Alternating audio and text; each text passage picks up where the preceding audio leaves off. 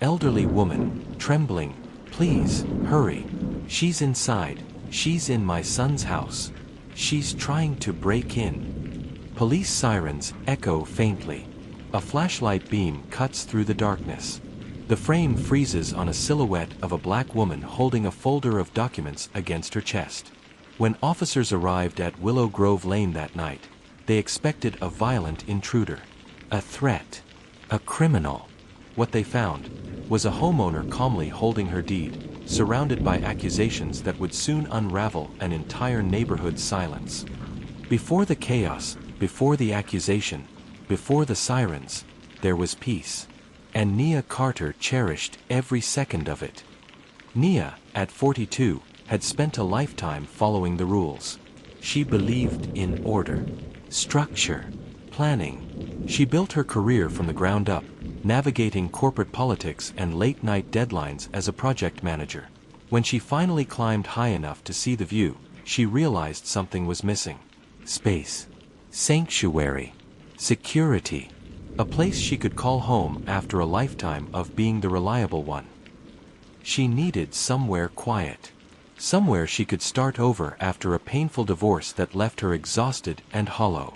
Somewhere she could reset, rebuild, rediscover who she was beneath the responsibilities and expectations she carried for decades. And she found it on Willow Grove Lane. A modest cul-de-sac, lined with towering oaks. Neighbors who waved from porches.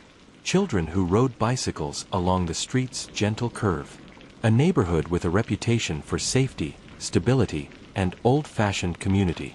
At least, that was the promise. Nia's home, a soft green craftsman with white trim and a wraparound porch, felt like the beginning of something beautiful. A fresh chapter. A place where she could breathe again. But change often reveals things daylight refuses to show. Nia's first encounter with Mrs. Eleanor Whitmore was not violent, not loud, not even rude. It was silence, an icy, suffocating kind of silence that clung to Nia's skin longer than she wanted to admit. She had been outside watering her rose bushes when she noticed the figure across the sidewalk. Small, fragile, elderly, silver hair pulled into a tight bun, beige cardigan draped neatly over her shoulders. A cane gripped firmly with both hands. Her posture stiff, rigid, like a soldier waiting for orders. Nia smiled politely. "Good morning," she called with warmth. The elderly woman stared, eyes unblinking, expression frozen. Not curious, not welcoming, just cold. And without a word, she turned and shuffled back into her house. Nia's smile faded. She brushed off the encounter, told herself it was nothing more than an old woman's discomfort with strangers. After all, aging brings many challenges: loneliness, confusion, fear. But sometimes, age becomes a shield for something darker. For the next week, Nia tried to settle.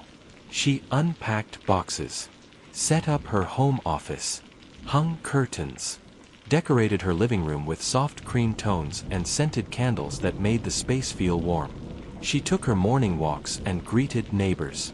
Some smiled, some nodded, but several simply watched her with guarded eyes.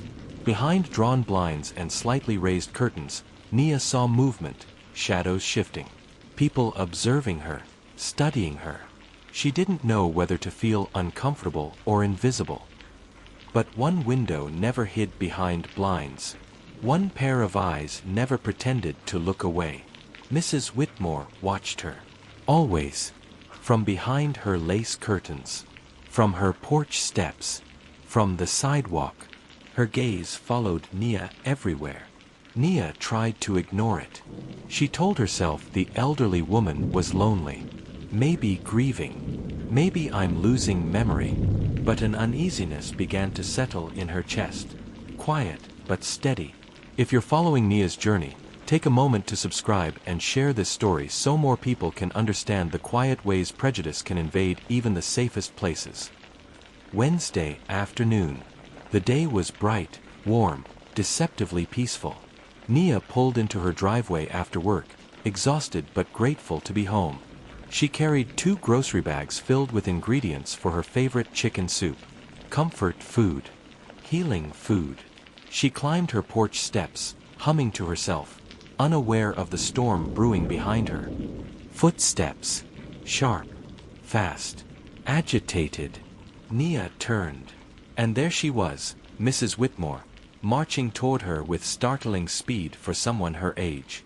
Her face was twisted with fury. Eyes blazing. Jaw clenched tight. Without preamble, the old woman barked, "What do you think you're doing?"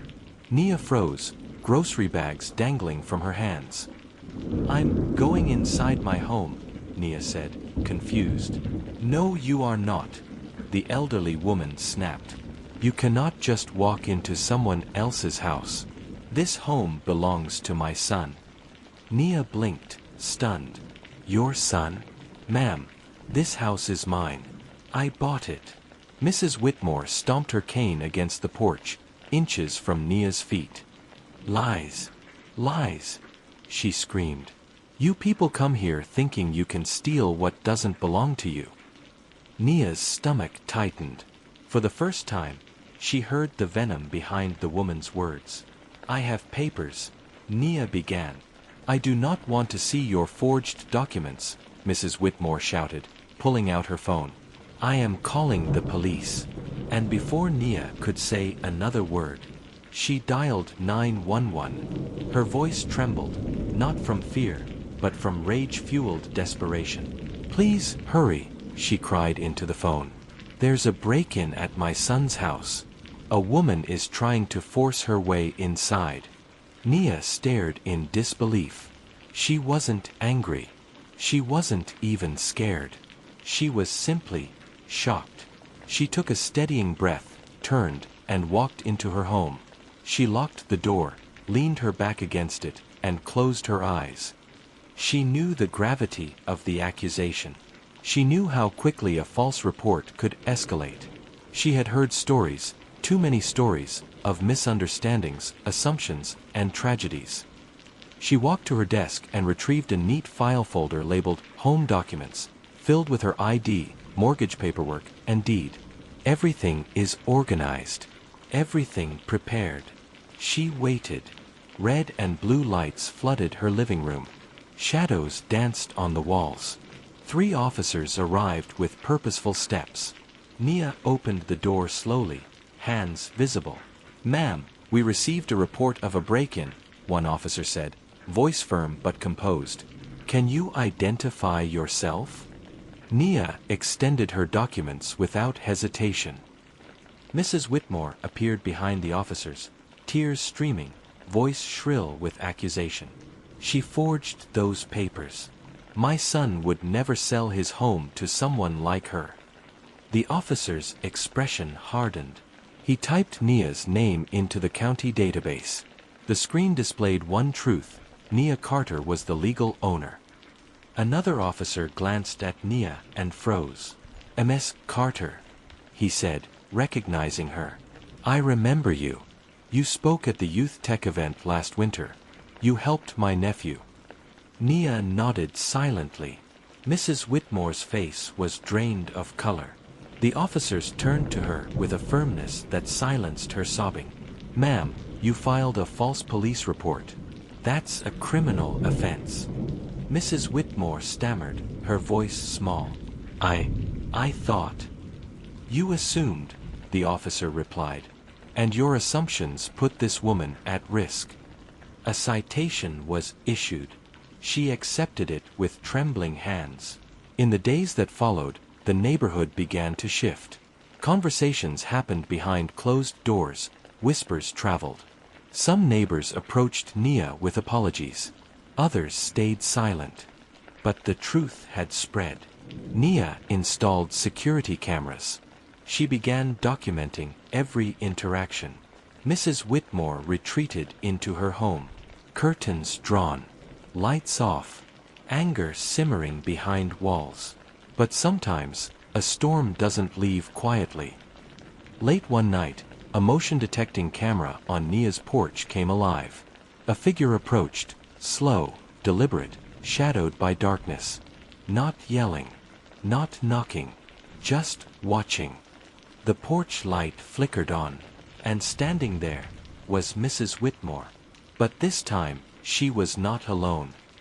Mrs. Eleanor Whitmore stood directly in front of Nia's camera, hands trembling not from age, but from something darker. Her eyes were unfocused, her breath uneven, her face pale as moonlight. She wasn't shouting this time. She wasn't even angry. She was whispering. And beside her, half visible in the camera's angle, stood another silhouette. Taller, broad-shouldered, still. A mass of darkness that blended with the night. Not a tree. Not a mailbox. A person. Nia's heartbeat thudded in her ears as she watched from her bedroom. She wrapped her robe tighter around herself and leaned closer to the screen, trying to make sense of what she saw. Mrs. Whitmore rocked slightly on her heels, mumbling to herself. The microphone on the camera picked up fragments of broken sentences. Why? Why are you? This is his house. He's coming home. It's his house. Nia's breath caught. She leaned closer to her laptop screen, staring at the trembling woman. And behind her, the shadow didn't move. Not an inch. For a moment, Nia wondered if she was witnessing something beyond anger, maybe confusion, grief, dementia. Whatever it was terrifying in a different way. Because this wasn't hatred shouting in broad daylight. This was something unpredictable and unstable creeping through the darkness. Every fiber in her body told her not to open the door, not to step outside, not to confront that eerie stillness. She locked her bedroom door instead, even though it felt ridiculous. The locks on the front door should have been enough. But fear does not follow logic. She dialed Officer Daniels directly. It was after midnight, but he answered on the second ring. She explained what she saw, her voice steady but strained, and within minutes she heard sirens approaching. The flashing lights returned to Willow Grove Lane, but the scene they illuminated was different from the last visit. There were no angry accusations, no tears, no dramatic screaming. Just an elderly woman standing barefoot on a porch in her nightgown, mumbling the name of her dead son over and over, and a dark silhouette beside her who vanished into the shadows when police arrived. When the cruiser doors opened, two officers approached carefully, hands extended. "Ma'am, Mrs. Whitmore, come with us, okay?" one officer said softly. Her expression remained blank, empty. She didn't fight. She didn't scream. She simply stared at the porch, Nia's porch, like she was looking through time, not at the present. They escorted her home. A social worker was called. And Nia. She stood behind her closed front door, watching through the peephole, heart pounding. If you're following every twist in Nia's story, take a moment to subscribe and share. These real-life situations aren't just stories, they're warnings, lessons, and experiences that far too many people face. The next morning, Nia stepped onto her porch cautiously. In the daylight, everything seemed normal. Too normal. You wouldn't imagine a barefoot elderly woman wandering around in the dead of night just hours earlier. But neighbors noticed something. They slowed their cars as they drove past. Some paused during their morning jogs, glancing toward her home. A couple of children on bicycles stopped talking when she stepped outside, as if they'd been warned to stay away. Nia sensed a shift, not hostility, but something subtler. Concern, fear, shame. She wanted answers. Why her? Why this house? Why the obsession? And then, as if summoned by her thoughts, someone called her name. "Morning, Miss Carter," came a soft voice.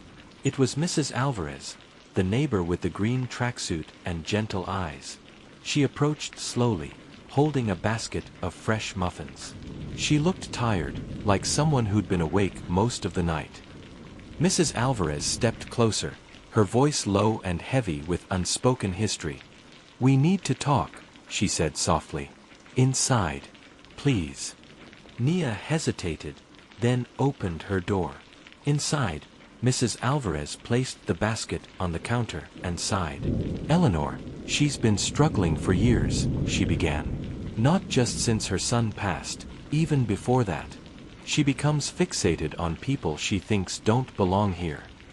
Her tone carried guilt, exhaustion, the voice of someone who had stayed silent too long. You're not the first, Nia. You're not even the fourth. Nia felt a chill climb her spine. What do you mean? She asked carefully. Mrs. Alvarez explained everything, slowly, painfully, as if confessing. For 5 years, Mrs. Whitmore had harassed every new family that moved into Nia's home. Not just black families. Latino, Indian, anyone who didn't fit her idea of the right kind of people. She always claimed the house belonged to her son. She called the police each time. 3 families had already moved out because of her. Nia's stomach tightened as she listened. Mrs. Alvarez confessed that the neighborhood had become complicit, uncomfortable with Eleanor's behavior, but unwilling to challenge her. They blamed age, grief, confusion. But prejudice doesn't disappear just because someone gets older. It doesn't dissolve in tears or cane taps. It festers. It grows. It becomes a habit. We should have warned you, Mrs. Alvarez whispered. I'm sorry. Nia thanked her neighbor for her honesty, though the truth weighed heavily on her chest. When Mrs. Alvarez left, Nia stood alone in her living room, staring out the window toward the Whitmore house. It was silent, curtains drawn, but the silence no longer felt peaceful. It felt watchful. She reviewed the security footage again, analyzing every pixel, searching for clues about the second figure on her porch. Grainy shadows flickered. The silhouette stood beside Mrs. Whitmore for almost 3 full minutes, unmoving, silent. And then, the moment the porch light flared, the shadow stepped backward, disappearing into darkness. Left Mrs. Whitmore alone. Nia felt a tremor run through her. Was it a family member? A stranger? A neighbor hiding behind the trees? Or something worse? She enlarged the frame, tried adjusting the contrast. But the figure remained a ghost in the pixels. By Sunday, the tension had reached a tipping point. The Homeowners Association called an emergency meeting. For the first time, Nia walked into the community center not as the silent newcomer, but as the center of discussion. Dozens of eyes turned toward her. Some are sympathetic, some apologies, some are guilty. The HOA president cleared her throat, her voice trembling slightly. We owe Ms. Carter an apology, she began, and an explanation. A murmur rippled through the room. This wasn't just about one false accusation anymore. It was about years of enabling behavior. For nearly an hour, the community reflected, uncomfortably, awkwardly, but truthfully. Finally facing the issue they'd avoided for too long. They discussed mental health resources, legal boundaries, and consequences. And they proposed something serious, a formal restraining order. Nia listened quietly. She didn't speak much.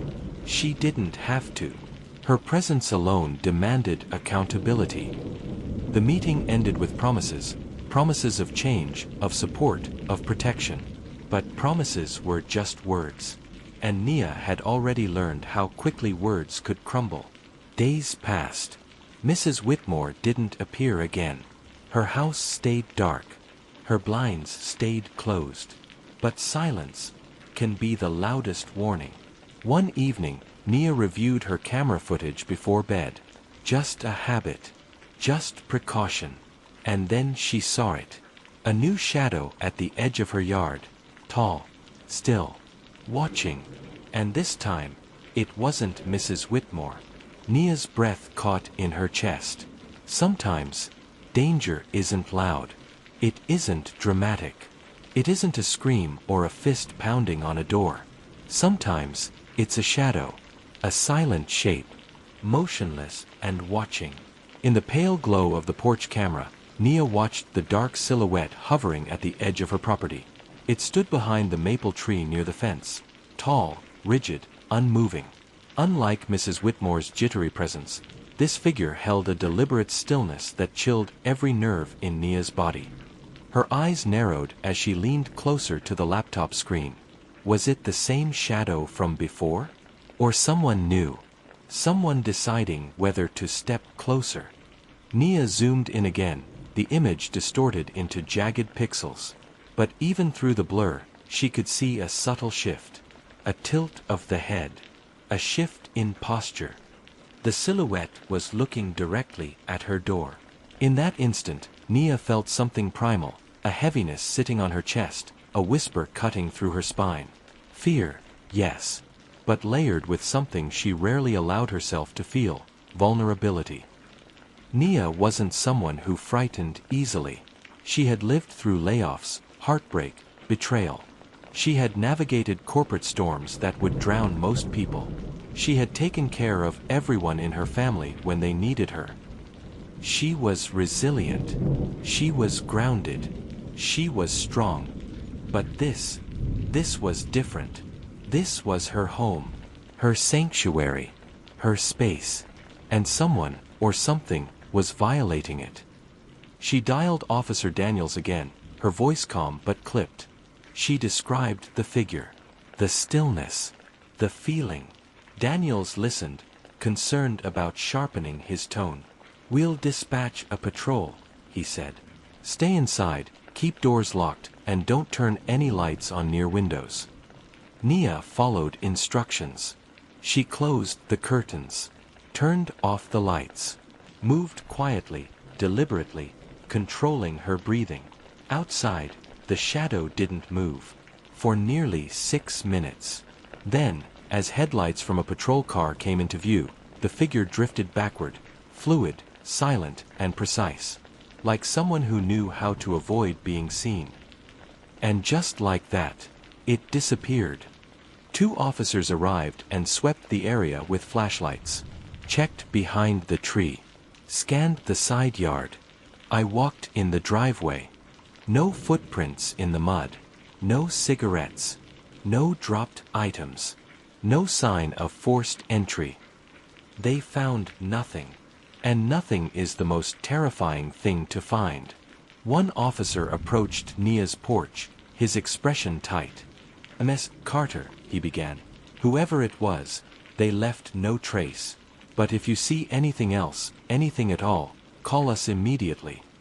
His voice carried a careful tone, concern mixed with uncertainty. They couldn't protect her from what they couldn't see. When the patrol car pulled away and the street fell silent again, Nia stood at her window, peeking through a narrow slit between the curtains. Every rustling leaf made her pulse skip. Every gust of wind made her heart lurch. But the neighborhood remained still. Too still. Nia placed both hands on the counter, grounding herself. She knew fear could distort reality, make shadows seem human, turn wind into footsteps. But she also knew intuition rarely lied. She replayed the footage again, slow motion, frame by frame. The figure was there, solid, real, and yet gone. If you're following Nia through every moment of uncertainty, take a moment to subscribe and share. These stories matter because they reflect experiences so many people face in silence. That night, Nia slept in short, restless stretches, waking at every sound. She clutched the edge of her pillow tightly, listening to the creaks and sighs of the house settling. Her mind replayed the old woman's rambling words. "This is his house. He's coming home." Who was he? What history lay buried beneath that roofline? How many innocent families had carried the weight of her obsession before Nia arrived? Questions swirled in her mind like storm clouds, heavy, unresolved, threatening to rip open. But the darkness eventually gave way to dawn. When sunlight stretched across the street, Nia walked onto her porch, forcing herself to breathe deep. She'd survived the night. She'd made it through fear. But as she approached the edge of her property, she stopped. Because there, stuck between 2 boards on her porch railing, was a slip of paper, folded, crumpled, tucked deliberately into the wood. She reached out with trembling fingers and pulled it free.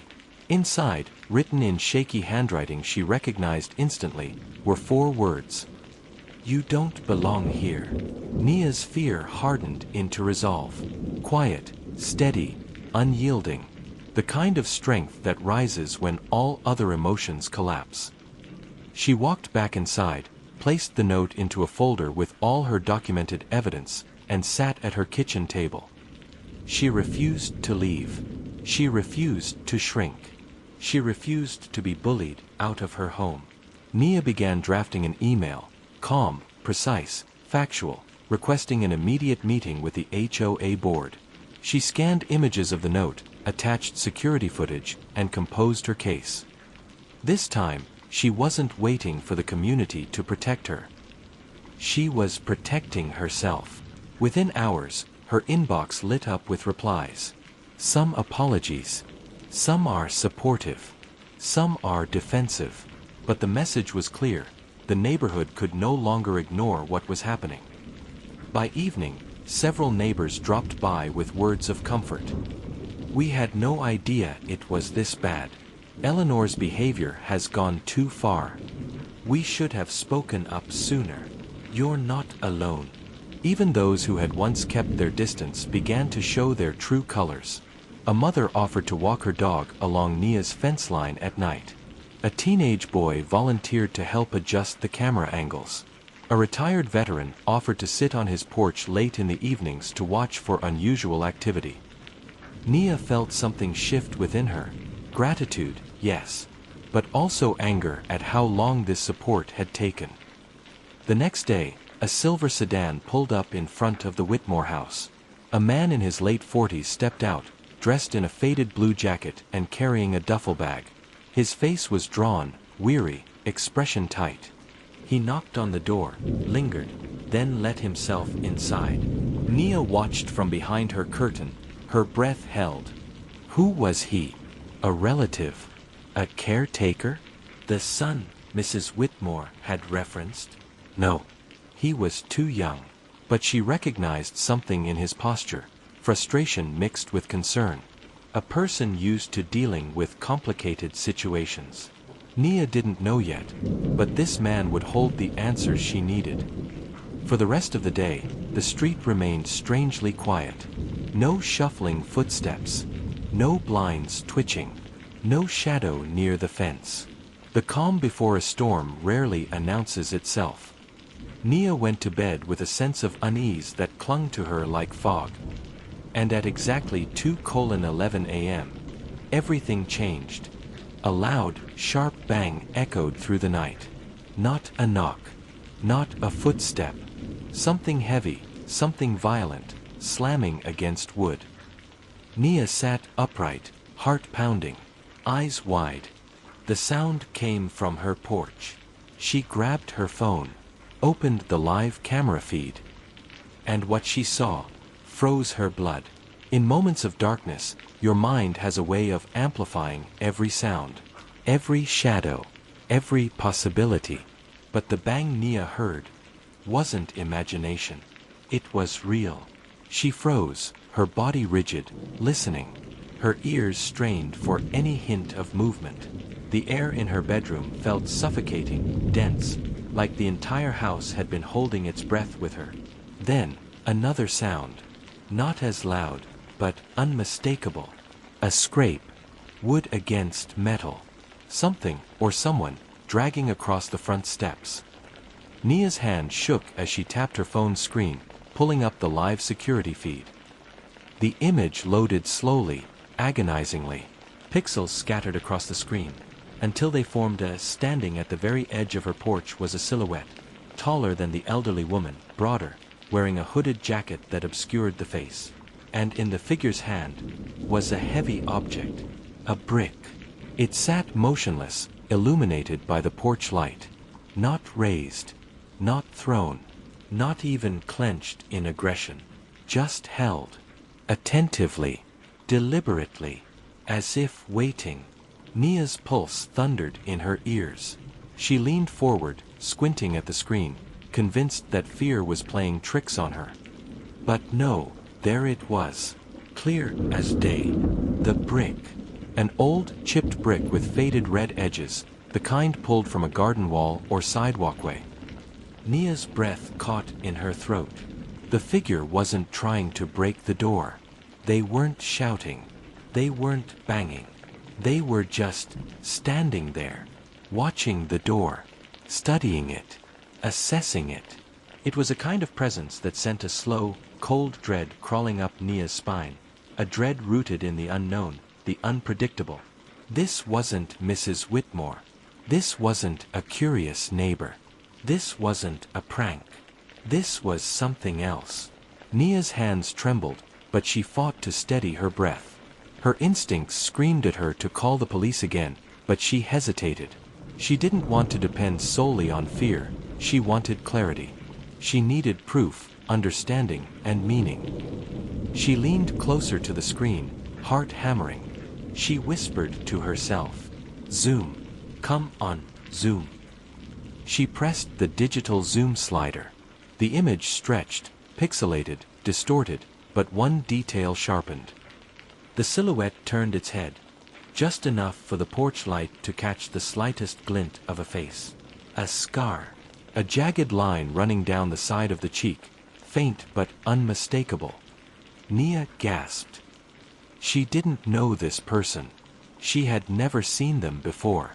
But the scar gave the figure something deeply human and deeply dangerous. As if sensing that it was being watched through the camera, the figure shifted. Slowly, purposefully. It stepped backward, still holding the brick, then stopped at the bottom of the steps. The figure lifted the brick just enough to examine it, tilting it in the porch light, then lowered it again. This wasn't impulsive. This wasn't random. This was calculated. And then, with a slow turn of the body, the figure walked away, disappearing into the dark side of the yard. Gone. No trace. Like smoke dissolving into the night. Nia didn't call the police immediately. Instead, she dialed the only person who had shown genuine care, Mrs. Alvarez. At this hour, Nia expected no answer. But after 2 rings, Mrs. Alvarez picked up, tired, groggy, voice scratchy from sleep. "Nia, is everything all right?" Nia swallowed hard. I don't know. Someone was on my porch. With a brick." There was a sharp inhale on the other end. "Stay inside," Mrs. Alvarez said firmly. "I'm coming over. Don't argue." When Nia opened the door, Mrs. Alvarez stood there in her robe and slippers, flashlight in hand, expression pale but determined. "Show me," she insisted. Nia guided her to the laptop. Mrs. Alvarez leaned in, eyes narrowing at the grainy footage. As she watched the figure's slow movements, her jaw tightened. She whispered under her breath, not fear, but something like recognition. "That's not random," she murmured. "He was looking for something." Nia stared at her. "You know him."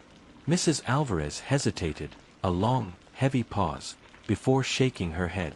"No, but I've seen that posture before. Back when Eleanor's son was still alive." Nia felt a chill. "What do you mean?" Mrs. Alvarez's eyes softened with something like sorrow or dread. Eleanor's son, he hung around with people who weren't good for him. People who left marks. People who disappeared when he died. The room suddenly felt smaller, darker, more dangerous. Nia replayed the footage again, heart pounding. The scar, the brick, the stare. It all pointed to something intentional, connected, rooted in the house's history. She leaned back in her chair, rubbing her temples. This house, what happened here before me? Mrs. Alvarez sighed. Too much, Nia. More than any realtor would ever admit. Eleanor changed after her son died, and the people he was involved with, they didn't just vanish. Some kept coming around for years, looking for him, for his things, for God knows what. If you're still with us, take a moment to subscribe and share. Stories like Nia's aren't fiction, they're reflections of how trauma and misunderstanding ripple through communities. Mrs. Alvarez placed a gentle hand on Nia's arm. Eleanor isn't just prejudiced. She's grieving in her own twisted way. And sometimes grief grabs onto the wrong target. I want you to be careful. Nia nodded slowly, absorbing every word. She didn't just inherit a house. She inherited a history, a pain, a ghost. Mrs. Alvarez squeezed her hand. If you need help, call me. Anytime. Don't wait. She left quietly, her slippers whispering across the porch. Nia barely slept. She tossed and turned, her mind spinning with shadows and scars. When dawn finally crept through the curtains, she sat up, exhausted, staring at her reflection in the mirror. She was tired, but she wasn't defeated.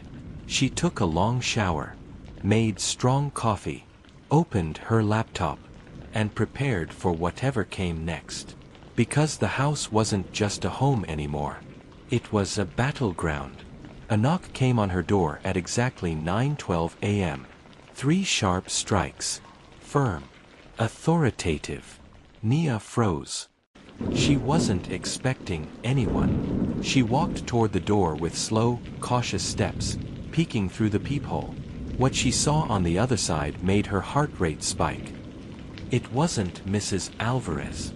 It wasn't an officer. It wasn't a neighbor. It was the man from the silver sedan, Mrs. Whitmore's relative, staring straight at her door with an expression she couldn't read. He lifted his hand and knocked again. Nia's breath caught in her throat. Not because the man looked threatening. Not because he towered over her porch. But because of the way he stood, still, too still, as if he was listening to her heartbeat through the door. The man cleared his throat and spoke, not angrily, not aggressively, but his voice carried a weight, a heaviness, a quiet intensity that made the air feel dense. "Ms. Carter? It's James Whitmore, Eleanor's grandson." Grandson. The word settled in Nia's mind with both relief and unease. It meant he had a reason to be here, but it didn't answer why he stood on her porch like a shadow refusing to move.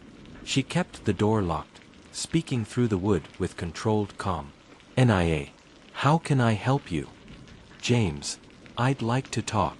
I need to explain what's been going on." Nia hesitated. She studied his posture through the peephole. His shoulders were slumped.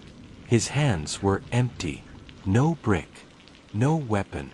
Just a worn, weary face and eyes shadowed by guilt. She unlocked the deadbolt, but left the chain on. Only cracked the door 2 inches. "And talk from there." James nodded, as if he expected that. He exhaled slowly, rubbing his temples. "My grandmother. She's unwell. She doesn't know what she's doing most of the time. She's confused, paranoid, and when she gets upset, she fixates on things. She creates stories around them." Nia's jaw clenched. James continued, voice cracking slightly. "She lost her son, my father, 7 years ago, and she hasn't been the same since. She remembers the house, the one you live in, as if it belonged to him, as if time stopped for her when he died." He swallowed hard. She doesn't even remember that the house changed hands twice since then. She still sees him everywhere, in every corner of that street. And now, she sees you in his space. And she reacts. Nia listened in silence, not wanting to interrupt, not trusting yet. She wanted to feel sympathy, but sympathy doesn't erase harm. Compassion doesn't fix terror. Empathy doesn't undo a midnight shadow with a brick. Her voice remained firm. "Nia, I understand grief. I truly do. But grief doesn't justify what she's been doing. Calling the police on me. Lurking outside my house. Harassing the families before me. That's dangerous." James lowered his head. "You're right. I know. That's why I'm here. I want to make it right. Or at least, explain. Nia's breath hitched. And did you see the footage? Last night. Someone was on my porch. With a brick. James froze. His eyes widened. A brick. Nia nodded slowly. James took a shaky step backward, disbelief flooding his face. I swear to you, that wasn't me. And it wasn't my grandmother. She can barely walk at night, let alone carry something heavy. His voice trembled now, less defensive, more afraid. But I know who it might be. Nia's heartbeat quickened. Nia. Who? James ran a hand through his hair, anguish clouding his expression. My father had acquaintances. People who came around for money, for favors, for who knows what. One of them, a guy named Trevor, had a scar on his cheek. A long, jagged one. Nia remembered the scar on the porch figure. Her pulse thundered. Why would he come here now, after all these years? James shook his head slowly. Because my grandmother told him you stole the house from my father. She probably gave him your address. She doesn't understand the consequences of what she says anymore. Nia's blood ran cold. If you're still with us, subscribe and share this video. People need to understand how quickly a survivor's calm life can turn into a battleground, all from a lie that never should have been spoken. James stepped closer to the door, voice low, urgent. Trevor, he's dangerous. He got into trouble years ago. Drugs, petty crime. He used to crash at my grandmother's house when my father was alive. She fed him, treated him like family. His face twisted with shame. When my father died, Trevor blamed everyone, especially the world. He thinks the house still belongs to my family. And if Eleanor told him someone stole it, he'll believe her. Nia's heart pounded in her chest. What does he want? She asked. James stared into the distance. Probably something that belonged to my dad. Or money. Or closure. Or chaos. He's unpredictable. At that moment, Nia's phone buzzed in her hand. A security notification. She glanced down. Motion detected. Side yard camera. She pulled up the feed. The breath left her body. Because the scarred man, Trevor, was back. This time, closer than before. Moving with purpose. Heading toward her porch again. The camera picked up audio, faint, distorted. Trevor, muttering to himself, "Gotta find it. Gotta find it." Eleanor said it's here. He wasn't whispering her name. He wasn't whispering threats. He was whispering madness. And then, as he approached the porch, he said something that made Nia's blood turn to ice. Trevor, low, angry, "I'll get it back, even if she screams." James heard the audio from Nia's phone. His face went white. James slammed his hand against the door. "Open the door now, we need to get you out of here." Nia's instinct screamed no, but another sound cut through the night. Loud, urgent, approaching fast. Police sirens. Red and blue lights exploded across the street. Trevor spun around, startled. Police shouted commands. Footsteps thundered. But Trevor didn't run. He did something worse. He reached for the brick again. Lifted it. Raised it, not toward the door, but toward the approaching officers. Time fractured into shards of chaos, seconds stretching into eternity. Officers shouted again. Tasers drawn. Trevor shouted something incomprehensible. And the camera feed glitched, flickering, pixelating, freezing, then going black. In that frozen moment, between the raised brick and the chaos outside, Nia realized something terrifying. The danger wasn't just Eleanor. It wasn't just Trevor. It wasn't just history. It was the truth buried beneath that house. Truth that someone would do anything to reclaim. In the split second after the camera feed went dark, the world on Willow Grove Lane stopped breathing. Nia stood frozen in her hallway, phone clutched so tightly her knuckles turned white. She didn't dare blink, didn't dare move. On the other side of her front door, there were sounds she couldn't fully make out. Shouts, scuffling, a deep, guttural yell, followed by the unmistakable crackle of a police taser discharging. Time fractured. Each second stretched thin. The air around her vibrated. She didn't know if someone was hurt. She didn't know if the officers were okay. She didn't know if Trevor was still outside or inside. That possibility made her blood run cold. Nia stepped closer to the door, carefully, quietly. She pressed her ear against the cool wood, listening through the thickness. More yelling, then silence, then a muffled voice shouting orders. Her heart pounded so loudly, she worried the officers could hear it through the door. She wanted to fling open the door, to see what was happening, but instinct and self-preservation rooted her in place. She whispered to herself, "Stay calm, stay calm." Her breath fogged the metal lock. Then, faintly, she heard it. The heavy, metallic click of handcuffs. A voice, Officer Daniels, authoritative but steady. "He's restrained. Back up en route." Relief hit Nia like a tidal wave, but it was quickly replaced by fear. If Trevor was restrained, where was James? Was he safe? Was he hurt? She heard James speaking, fast, anxious, almost breathless. He was trying to force his way in. "I saw him. He was looking for something in her house. I told you he's dangerous." Another officer replied, calm but stern. "We've got him. Stay back, sir. Stay back." The phrase echoed in Nia's memory, a reminder that none of this was normal. None of it was safe. A firm knock rattled the door. "Ms. Carter?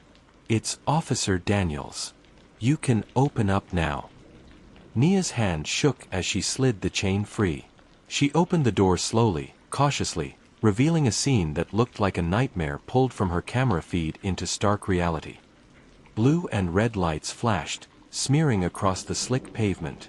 Trevor lay face down on the ground, hands cuffed behind his back. His hood had fallen, revealing a jagged scar slicing down his cheek, exactly as she'd seen in the footage. He groaned, face contorted in pain, but the anger in his eyes burned like wildfire. James stood a few feet away, breathing hard, hands shaking, eyes filled with guilt and fear. Officer Daniels approached her slowly, voice low so only she could hear. "You're safe now. But this situation, it's deeper than we thought." Nia didn't trust her voice, so she only nodded. Trevor strained against the cuffs, snarling through clenched teeth. The officers held him firmly, but his voice carried through the night like a poisoned wind. "Eleanor said it's mine. It's mine. I know it's here. You can't take it."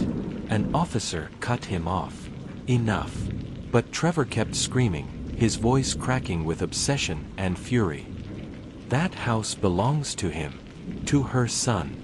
I'll get it back." He thrashed violently until officers forced him into the cruiser. The door slammed shut, and the echo lingered. Porch lights flicked on up and down the street. Shadows of neighbors filled doorways and windows, silhouettes of fear, curiosity, and regret. No one came forward.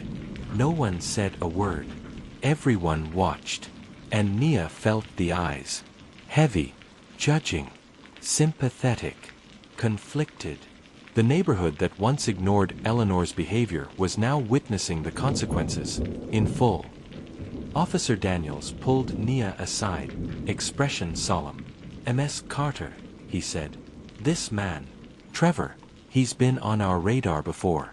Drugs, theft, assault.